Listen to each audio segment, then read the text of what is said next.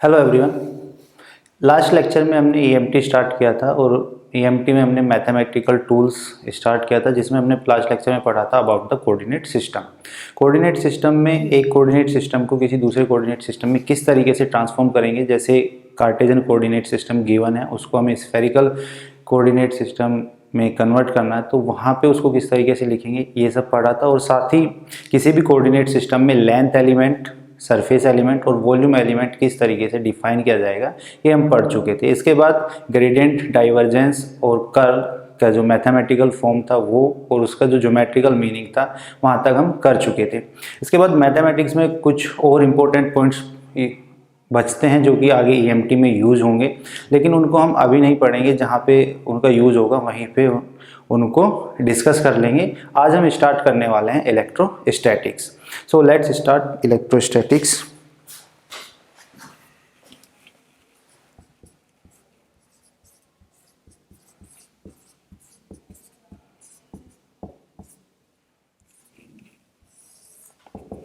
Electrostatics का मतलब होता है कि इलेक्ट्रिक फील्ड टाइम के साथ चेंज ना हो।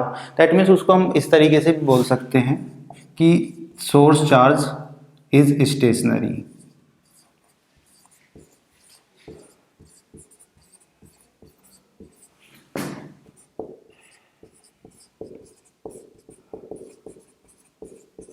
तो यदि सोर्स चार्ज स्टेशनरी होगा तो उसके कारण जो इलेक्ट्रिक फील्ड जनरेट होगा वो भी स्टेशनरी रहेगा विद रेस्पेक्ट टू टाइम। अब इसमें जो फर्स्ट टॉपिक हमारा आता है वो है कूलम्ब्स लॉ।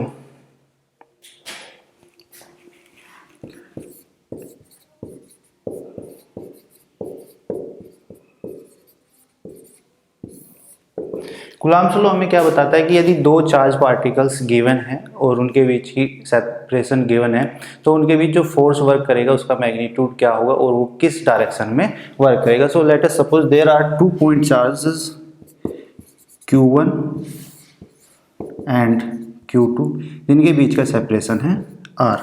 अब यहाँ पे जो चार्जेस हैं हमारे वो पॉइंट चार्जेस हैं। अब पॉइंट चार्ज से क्या मतलब हुआ कि देखिए जो चार्ज है वो या तो हमारे जो चार्ज पार्टिकल्स हैं इलेक्ट्रॉन और प्रोटॉन वो हो सकते हैं, या फिर साथ ही कोई एक ऑब्जेक्ट, कोई मैटर हो सकता है जिसपे कि इलेक्ट्रॉन की एक्सेस हो, मतलब अधिकता हो, या फिर इलेक्ट्रॉन की डेफिशिएंसी हो। तो यदि किसी ऑब्जेक्ट पर इलेक्ट्रॉन की डेफिशिएंसी है, कमी है, तो उस पर कैसा चार्ज होगा, पॉजिटिव चार्ज आ जाएगा। और यदि इलेक्ट्रॉन की अधिकता है तो उस पर नेगेटिव चार्ज आ जाएगा। So it is not necessary है कि यहाँ पे केवल पॉइंट पार्टिकल ही हो, उसकी जगह कोई ऑब्जेक्ट या फिर कोई मैटर भी हो सकता है जिसकी कुछ ना कुछ डायमेंशंस होंगी। अब यदि डायमेंशंस है तो फिर हम उसको पॉइंट पार्टिकल, पॉइंट चार्ज क्यों कह रहे हैं, क्योंकि यहाँ पे क्या होगा कि जो मैटर है, जो ऑब्जेक्ट है, उसकी dimension in comparison to other dimensions काफ़ी कम होगी, तो उसको हम as a point charge treat कर सकते हैं। तो दो पॉइंट चार्ज है Q1 Q2, उनके बीच का सेपरेशन है R। तो एक जो चार्ज पार्टिकल है Q1, वो दूसरे चार्ज पार्टिकल पे जो फोर्स लगाएगा से F2, उसका जो मैग्नीट्यूड है that is directly proportional to Q1 Q2 and inversely proportional to R square. उनके बीच के सेपरेशन के स्क्वायर के इनवर्सली प्रोपोर्शनल होगा। तो ये बताता है कूलम्ब्स लॉ। अब यहाँ पे जो प्रोपोर्शनैलिटी साइन है, यदि उसको हम हटाएंगे,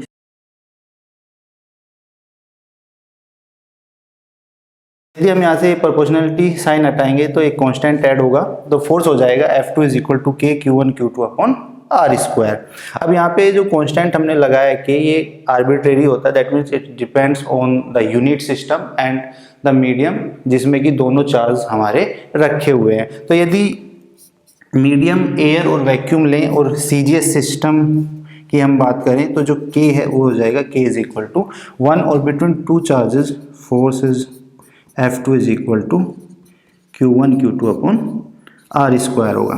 लेकिन नॉर्मली हम SI सिस्टम यूज करते हैं, तो यदि यूनिट सिस्टम हम SI लें तो उस केस में K इज इक्वल टू होगा 1 अपॉन 4 पाई एप्सिलॉन नॉट, जिसकी वैल्यू होती है 9 into 10⁹ newton metre square upon coulomb square. तो जो फोर्स है F2 वो लिखा जाएगा F2 is equal to 1/4 pi epsilon not Q1 Q2 upon R square. तो this is the magnitude of force here. ऐसे ही जो Q2 चार्ज है वो फोर्स लगा रहा होगा Q1 पे but in opposite direction F1, और जो मैग्नीट्यूड है वो सेम रहेगा। तो इस प्रकार जो फोर्स चार्जेस हैं Q1 Q2 पे फोर्स लगाएगा और Q2 Q1 पे, जो इसका मैग्नीट्यूड सेम रहेगा बट डायरेक्शन इज अपोजिट। अब इसके बाद यदि इसको हम वेक्टर फॉर्म में लिखना चाहें तो डायरेक्शन ऑफ फोर्स क्या होगा, तो F2 इज इक्वल टू कुछ इस तरीके से लिखा जाएगा 1/4 pi epsilon not Q1 Q2 upon R square. और यहाँ पे ये मैग्नीट्यूड है, इसको डायरेक्शन देने के लिए एक यूनिट वेक्टर हम ऐड कर देंगे जिसकी जो डायरेक्शन है वो होगी along the line joining, that means ये direction, this is R cap. So this is a force F2 जो कि Q1 के द्वारा Q2 पे लग रहा है। अब यदि इसको हम डिफाइन करना चाहें in the position vector terms,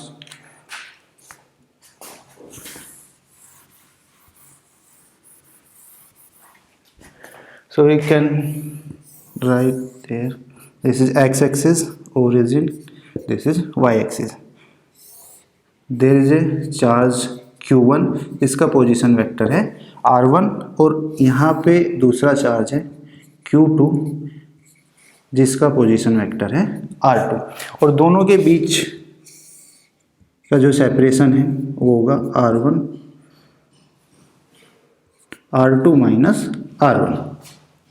अब इस केस में जो फोर्स लगेगा Q1 से Q2 पे वो इस डायरेक्शन में जाएगा F2, और F2 को हम क्या लिखेंगे, F2 is equal to 1/4 pi epsilon not Q1 Q2 upon separation square. अब यहाँ पे क्या है कि जो डिस्टेंस है वो R2 माइनस R1 के मोड के बराबर होगी, तो ये आ जाएगा R2 minus R1 mode square. ये तो मैग्नीट्यूड हो गया। अब डायरेक्शन के लिए क्या करना पड़ेगा, यूनिट वेक्टर यहाँ पे मल्टीप्लाई करना पड़ेगा। तो यूनिट वेक्टर के लिए हम क्या करेंगे कि ये जो वेक्टर है ये Q1 से Q2 की तरफ डिफाइन है, तो इस वेक्टर को डिवाइड कर देंगे विद मैग्नीट्यूड। तो यहाँ पे ये इसको कुछ इस तरीके से लिख सकते हैं R2 minus R1 upon mod of R2 minus R1। अब यदि इसको कंबाइन करके लिखें तो F2 इज इक्वल टू आ जाएगा 1/4 pi epsilon not and Q1 Q2 साथ में R2 minus R1 upon mod R2 minus R1, और ये क्यूब हो जाएगा, ये स्क्वायर है यहाँ से एक पावर।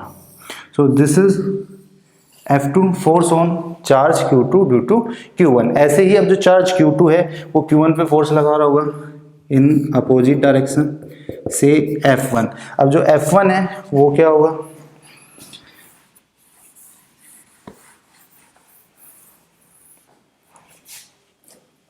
देखिए F1 को हम लिख सकते हैं F1 is equal to 1/4 pi epsilon naught into Q1 Q2 upon mod of R2 minus R1 cube, और साथ में जो वेक्टर आएगा, ठीक है। अब जो फोर्स की जो डायरेक्शन है वो इसके अपोजिट है, सो दैट्स वाई यहाँ पे हो जाएगा R1 minus R2। So this is R1 minus R2 and it is clear from here कि जो F1 है वो F2 के अपोजिट डायरेक्शन में, because here R2 minus R1 and there is R1 minus R2। So we can write here F2 is equal to minus F1, that means force जो लग रहा है Q1 पे वो अपोजिट है जो फोर्स लग रहा है Q2 पे, और मैग्नीट्यूड दोनों का बराबर है। तो यहाँ से हम कह सकते हैं कि जो कूलम्ब्स लॉ है वो न्यूटन्स लॉ को होल्ड करता है, या फिर Newton's third law is true here, Newton's third law, but not always, लेकिन हमेशा नहीं होगा। वो कब नहीं होगा, जब जो सेपरेशन है बिटवीन टू चार्जेस वो काफ़ी ज़्यादा हो। उस केस में क्या होगा कि according to special theory of relativity कोई भी इंफॉर्मेशन जो है, कोई भी जो पार्टिकल है वो हमारा स्पीड ऑफ लाइट से फास्ट नहीं चल सकता। तो उस केस में जो न्यूटन्स थर्ड लॉ है वो यहाँ पे ट्रू नहीं होगा, या फिर हम कहें कि कूलम्ब्स लॉ को भी हम प्रॉपर वे में अप्लाई नहीं कर सकते। वो किस तरीके से, वो हम यहाँ पे देख सकते हैं कि if there are two charge Q1 और Q2 हैं और उनके बीच का जो सेपरेशन है R वो काफ़ी ज़्यादा है, तो क्या होगा कि जो फोर्स लगेगा Q2 पे इनिशियली, तो F2 is equal to K Q1 Q2 upon R square होगा, और ऐसे ही जो फोर्स लग रहा होगा Q1 पे F1 is equal to K Q1 Q2 upon R square ही होगा। तो इनिशियली तो दोनों पे फोर्स बराबर है और अपोजिट डायरेक्शन में लग रहा है, इट इज़ ट्रू।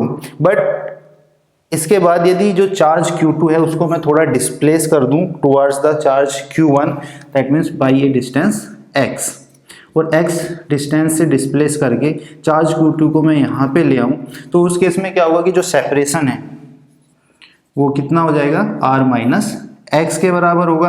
तो Q2 पे जो फोर्स होगा इस केस में F2 dash is equal to क्या हो जाएगा, K Q1 Q2 upon R minus x whole square के बराबर होगा। अब यहाँ पे जो Q1 है उस पर यदि मैं चार्ज लिखना चाहूँ Q2 के कारण, तो वो इनिशियली या फिर कहें कि at instant F1 is equal to K Q1 Q2 upon R minus x whole square के बराबर नहीं होगा। क्यों नहीं होगा, क्योंकि यहाँ से ये charge particle x distance move करके यहाँ पे आ गए, ये इंफॉर्मेशन यहाँ से चल के इस चार्ज पार्टिकल तक आने में कुछ टाइम लगेगा, और जो डिस्टेंस है वो काफ़ी ज़्यादा है, सो दैट्स वाई ये एट ए इंस्टेंट इस तक नहीं पहुँच पाएगा। जब तक इंफॉर्मेशन इस तक नहीं आएगी तब तक इस पर चार्ज जो है वो बना रहेगा F1 is equal to K Q1 Q2 upon R square, उसको हम K Q1 Q2 upon R minus x whole square नहीं लिख सकते। और जो टाइम लगेगा इस इंफॉर्मेशन को इस चार्ज पार्टिकल से यहाँ तक पहुँचने में, वो R अपॉन C के बराबर होगा। तो इतने टाइम के बाद ही हम इसको K Q1 Q2 upon R minus x whole square लिख पाएंगे। लेकिन उससे पहले जो चार्ज होगा, जो फोर्स होगा ऑन चार्ज Q1 वो रहेगा F1 is equal to K Q1 Q2 upon R square के बराबर। अब देखिए यहाँ पे क्या है कि जो Q2 है उस पर फोर्स क्या लग रहा है, K Q1 Q2 upon R minus x whole square, जबकि Q1 पे अभी भी charge K Q1 Q2 upon R square के बराबर है। तो फोर्स दोनों जगह अलग अलग है, तो इस केस में यहाँ पे न्यूटन्स थर्ड लॉ ट्रू नहीं है। तो इसके लिए ज़रूरी है कि हम कूलम्ब्स लॉ यहाँ पे अप्लाई कर पाएँ, या फिर कहें कि जो फोर्स हैं वो दोनों बराबर रहें। तो उसके लिए ज़रूरी है कि जो दोनों चार्ज पार्टिकल हैं वो रेस्ट में हो, स्टेशनरी हो, और स्टेशनरी केवल एट ए इंस्टेंट नहीं, कुछ टाइम पहले से स्टेशनरी हो। अब वो जो टाइम लिमिट है वो डिसाइड होगा R अपॉन C से, मतलब जो डिस्टेंस सेपरेशन है बिटवीन टू चार्जेस R, उसी के according R upon C time से कुछ पहले से स्टेशनरी हो, तभी हम कूलम्ब्स लॉ यहाँ पे अप्लाई कर पाएंगे। Otherwise Coulomb's law is not true here. इसके बाद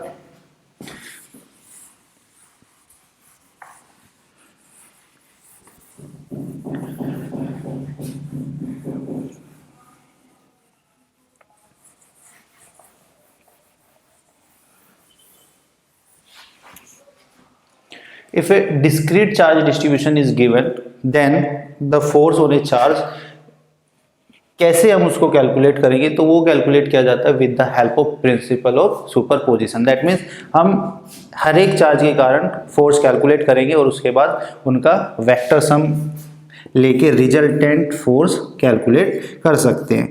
सो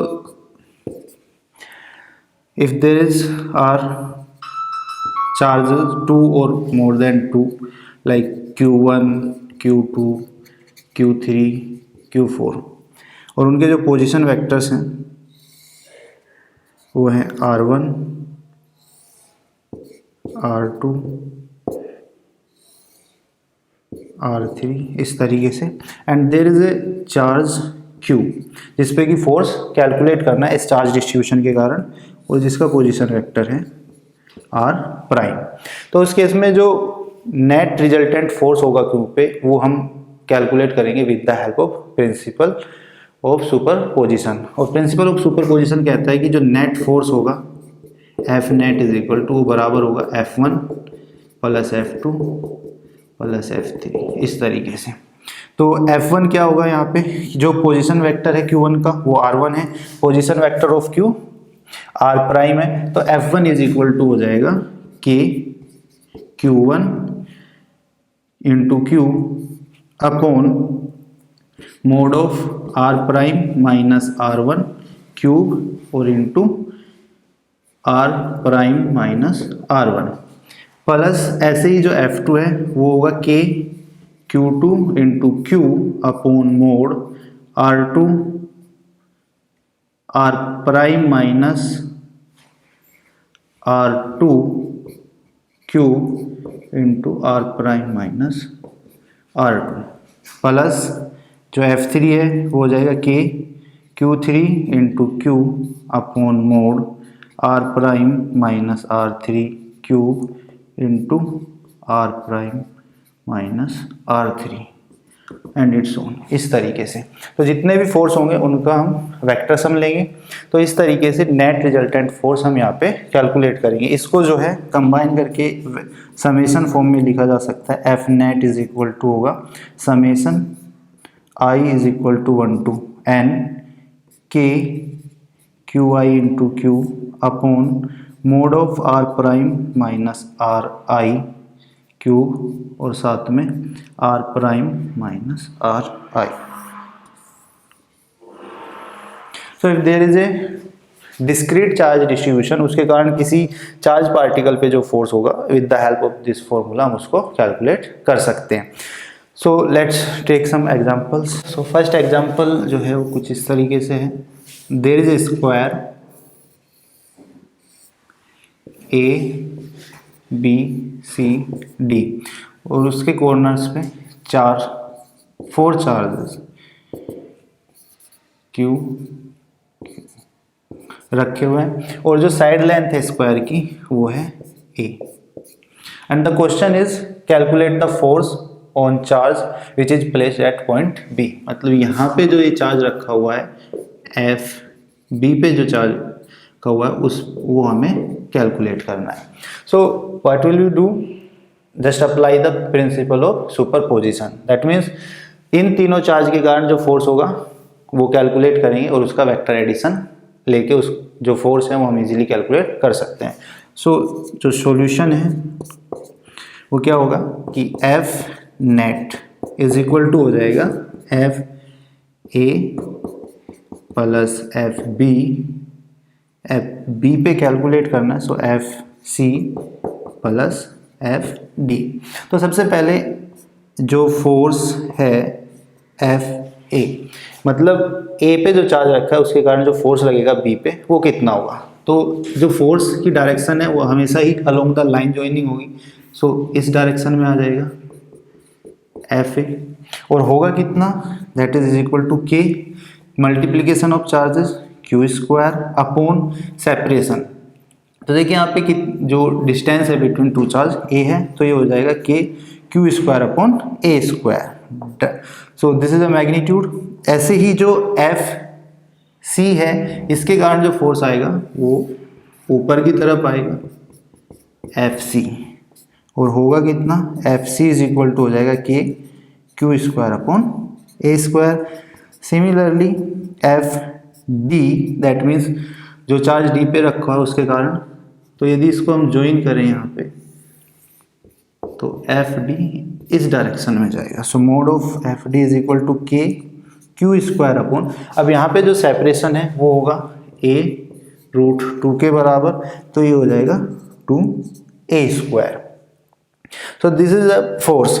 अब इनका वेक्टर सम लेना है तो उसी के अकॉर्डिंग जो है डायरेक्शन हमें डिफाइन करनी पड़ेगी। सो लेट कि ये एक्स एक्सिस के अलोंग है और ये वाई एक्सिस के अलोंग है, तो जो एफ ए फोर्स है हमारा वो आ जाएगा एक्स कैप डायरेक्शन में और जो एफ सी फोर्स है वो आ जाएगा जे कैप डायरेक्शन में। और जो एफ डी है उसके हम कंपोनेंट्स में डिवाइड कर सकते हैं along the X axis and along the Y axis. अब यहाँ पे जो एंगल है वो होगा 45 डिग्री। सो दैट्स वाई जो यूनिट वेक्टर होगा along the F D force वो हो जाएगा आई यहाँ पे जो along the X axis that is I upon root two, ऐसे ही along the Y axis J upon root two. तो जो फोर्स होगा इन वेक्टर फॉर्म FA उसको हम लिख सकते हैं K Q square upon A square, किस डायरेक्शन में, एक्स कैप की डायरेक्शन में। ऐसे ही जो FC है वो वाई कैप की डायरेक्शन में, so this is FC is equal to K Q square upon A square और इंटू वाई कैप आ जाएगा। और जो FD है, FD इज इक्वल टू होगा K Q square upon 2A square, और यूनिट वेक्टर जो आएंगे that is along the X axis वो हो जाएगा X cap upon root two, और along the Y axis Y upon root two. So ये vector form आ गए। अब प्रिंसिपल ऑफ सुपरपोजिशन से इन तीनों को ऐड करके हम रिजल्टेंट फोर्स कैलकुलेट कर सकते हैं। So F is equal to हो जाएगा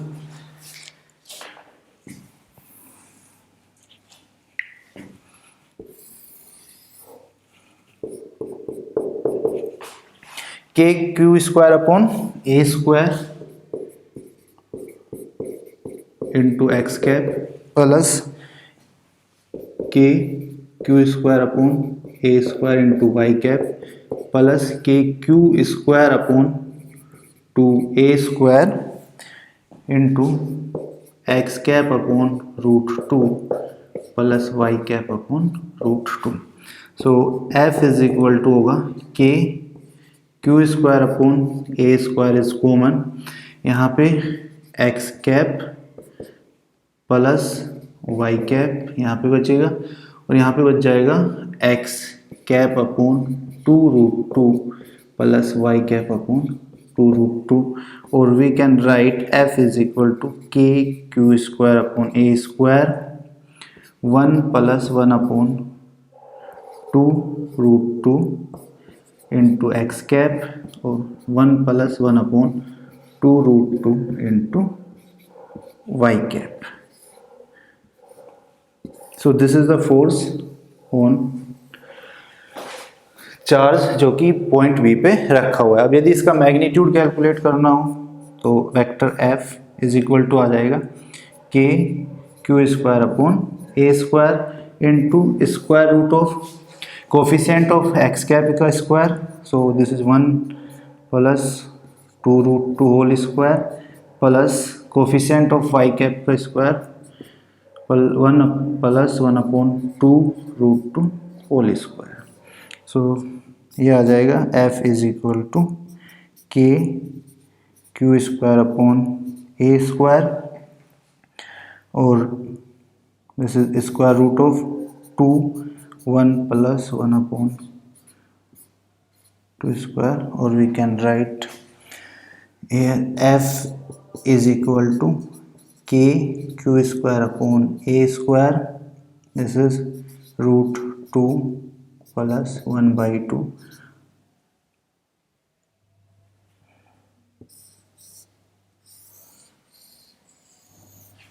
सो final result is F mod of F is equal to K Q square upon A square root 2 plus 1 by 2 होगा।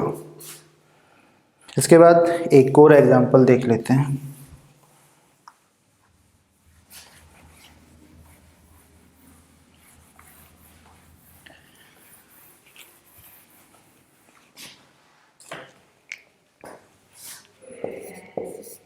So next question है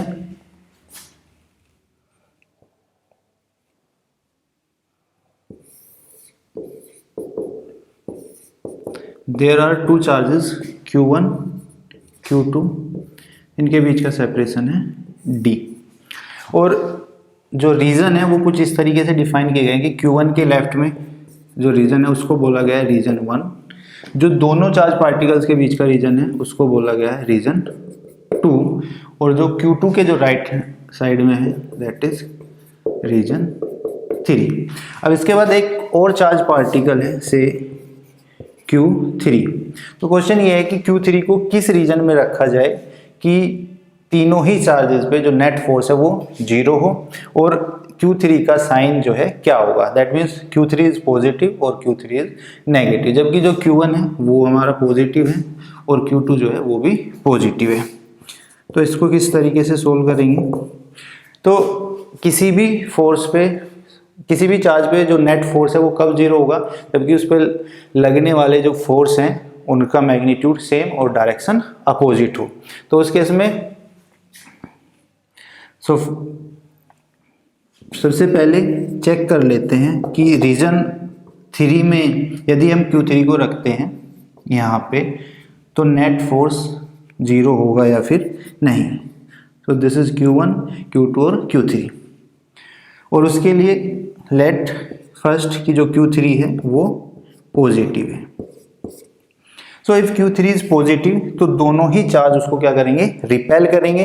तो फोर्स किधर लग रहा होगा, इस साइड, दोनों ही चार्ज के कारण। तो नेट फोर्स Q3 पे जीरो नहीं होगा, तो हम चार्ज को यहाँ पे नहीं रख सकते। ऐसे ही जो रीजन फर्स्ट है यहाँ पे यदि हम बात करें तो उस केस में क्या होगा कि Q2 और Q1 उसको रिपेल करेंगे और दोनों के कारण जो फोर्स की डायरेक्शन होगी वो लेफ्ट हैंड साइड की तरफ होगी। उस केस में भी जो नेट फोर्स है वो जीरो नहीं होगा।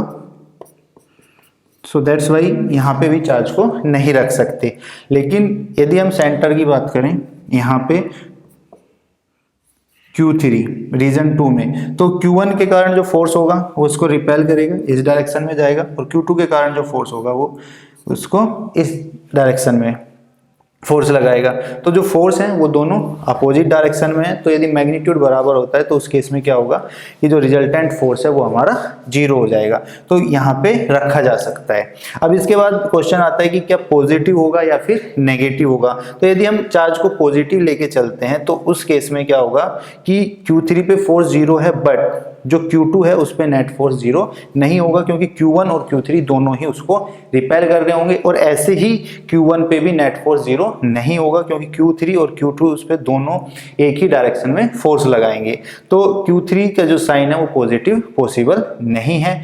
यदि हम नेगेटिव साइन अज्यूम करके चले कि जो Q3 है वो हमारा नेगेटिव हो, तो उस केस में क्या होगा, तो देखिए यदि हम Q3 को यहाँ पे रखते हैं नेगेटिव, तो Q1 अट्रैक्ट करेगा इसको और इस डायरेक्शन में फोर्स लगाएगा, Q2 उसको अट्रैक्ट करेगा, इस डायरेक्शन में फोर्स लग रहा होगा। तो फोर्स अपोजिट्स हैं, सो दैट्स वाई Q3 को यहाँ पे रखा जा सकता है और जो नेट फोर्स है वो जीरो होगा। अब यदि बात करें Q1 पे, तो Q1 पे Q3 के कारण जो फोर्स लगेगा वो इस डायरेक्शन में होगा, बिकॉज Q3 इज नेगेटिव, और Q2 के कारण जो फोर्स लगेगा वो इधर लग रहा होगा कहीं।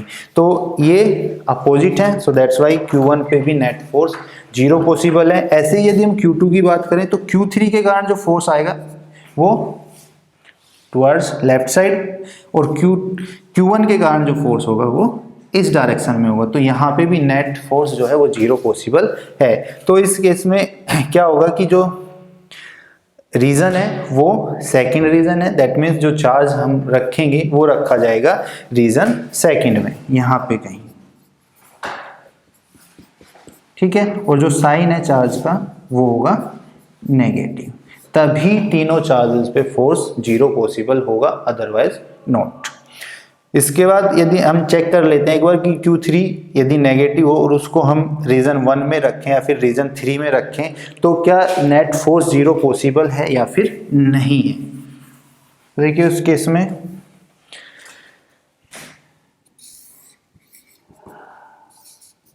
ये Q1 ये Q2, तो यहाँ पे यदि Q3 को यहाँ पे कहीं रखते हैं और ये नेगेटिव है, तो ये दोनों ही चार्ज इसको अट्रैक्ट कर रहे होंगे, सो दैट इज जो फोर्स आएगा वो सेम डायरेक्शन में, तो नेट फोर्स जीरो नहीं हो पाएगा। ऐसे ही यदि यहाँ पे कहीं रखते हैं Q3 नेगेटिव है, तो फिर दोनों अट्रैक्ट करेंगे इस डायरेक्शन में, तो भी नेट फोर्स जीरो नहीं होगा। तो इट इज़ क्लियर कि जो चार्ज है Q3 वो कहाँ रखा जाएगा, रीजन 2 में, और उसका जो साइन है वो होगा नेगेटिव। इसके बाद एक और एग्जांपल ले लेते हैं।